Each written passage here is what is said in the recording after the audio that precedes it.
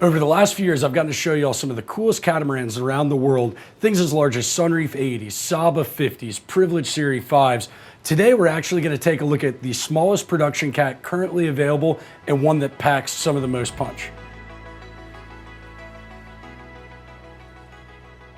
The boat we're going to be taking a look at today is a 3-cabin, 2-head layout, which is the ultimate pocket cruiser.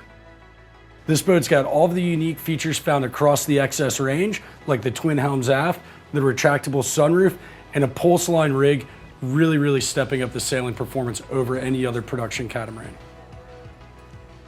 This morning I took her out for a quick sunrise sail, and the boat handled beautifully. All I could think about is how badly I wanted to get back to the dock so I could grab my wife, my passport, my 2 dogs, provisions, and just shoot over to the Bahamas.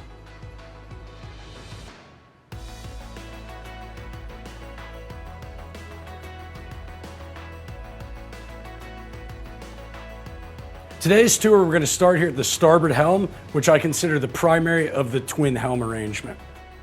Underway today, the helm felt light and very responsive, which is one of the things that makes this boat so much fun to sail.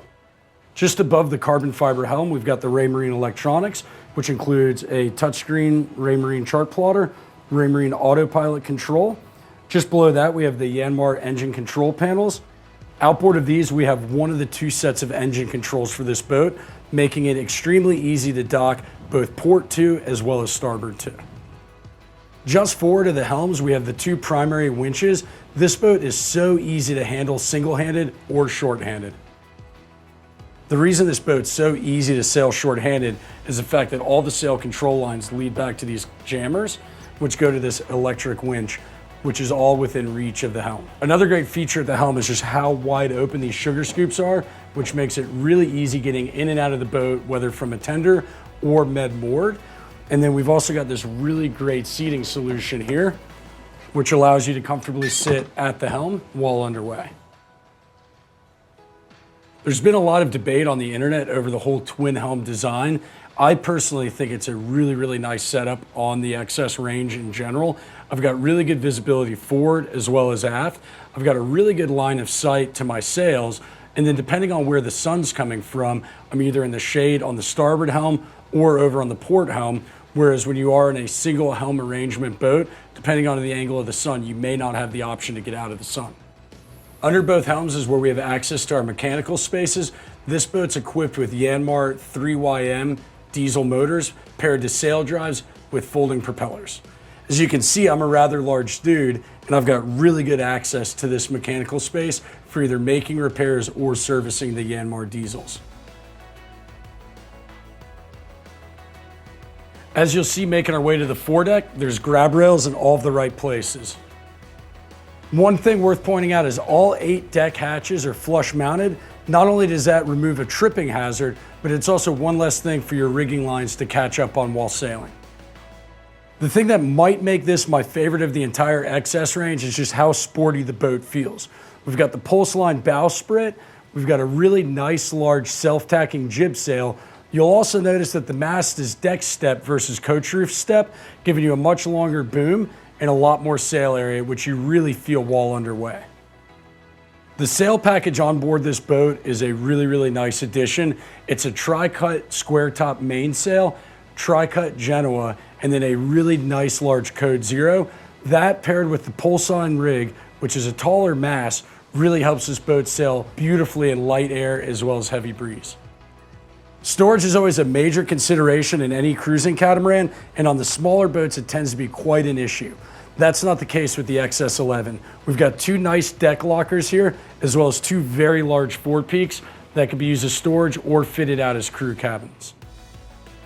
All the way forward, this boat is equipped with the optional dolphin chasing seats, which is a perfect place to hang out while underway. We've also got a nice large single piece trampoline, another great place to hang out while underway. The XS11 is all about ease of use, and that even carries forward to the anchoring system on the boat, which makes it very easy to drop anchor in your favorite secluded bay. First aft is a quick windlass attached to a delta anchor. One of the things that really helps with the sporty image of the boat is the oversized bowsprit, which flies a massive Code Zero off of it, making it a really great light wind performing boat. So far, we've talked about kind of how you run this boat and some of the performance aspects that make it a really fun boat. Let's change gears here a little bit and check out all of the relaxation areas. Heading all the way aft on the port side, we'll pass the second helm station and make our way into the cockpit. One of the byproducts of the twin helms aft is just how open the cockpit is without having a helm or sailing station in the middle of it. On the XCS11, there's 3 well-defined seating places. We have a nice bench seat to port, an L-shaped settee with dinette to starboard, and then a nice long bench seat centerline aft. This boat's equipped with the optional sunroof, which on a hot South Florida day like today gives us great protection from the sun, but on those cooler evenings or on a morning sail, opening it up really changes the entire experience. One of the concerns a lot of buyers have had with the sunroof is where do you put your solar panels? And as you can see on this boat, we've got a really nice solar array over the davits. And attached to that davit, we've got a really nice high field tender with the Yamaha 4-stroke outboard. It's the perfect way to get to shore and back when you're out cruising. Let's go ahead and check out the interior living spaces on board the XCS11. The first thing that you'll notice when you step into the Salon is that this is the first catamaran Group Beneteau is designed and built in quite a long time without the compression post for the mast going through the center of the Salon. Starboard aft, we have a galley which has got an Eno cooktop, oven, and broiler, plenty of storage with a microwave up top, dual basin sink, refrigerator under counter, and then across from that, this boat's equipped with the optional deep freezer.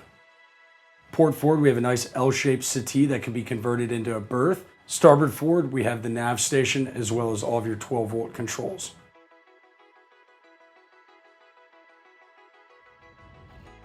A couple of steps down the starboard companionway brings us to the master berth, which is honestly the largest master berth of any catamaran I've been on below 45 feet. It truly feels like a king-size bed. On the outboard side, midship, we've got a nice workstation as well as additional storage. And then forward of that, we've got the master head with a separate walk-in shower stall.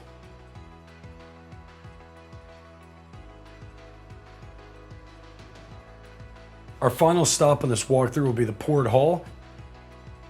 Aft, we've got a really nice large guest stateroom. Midship, we have a shared head with a separate shower stall. And forward of that, we have the second and final guest stateroom on board the boat. Thank you so much for joining me on board the XCS11 today. Please reach out. Let's get you on board this boat. Until you step on board an XS catamaran, it's hard to imagine what this boat really is. And the more time I spend on board this boat, the more I absolutely love it.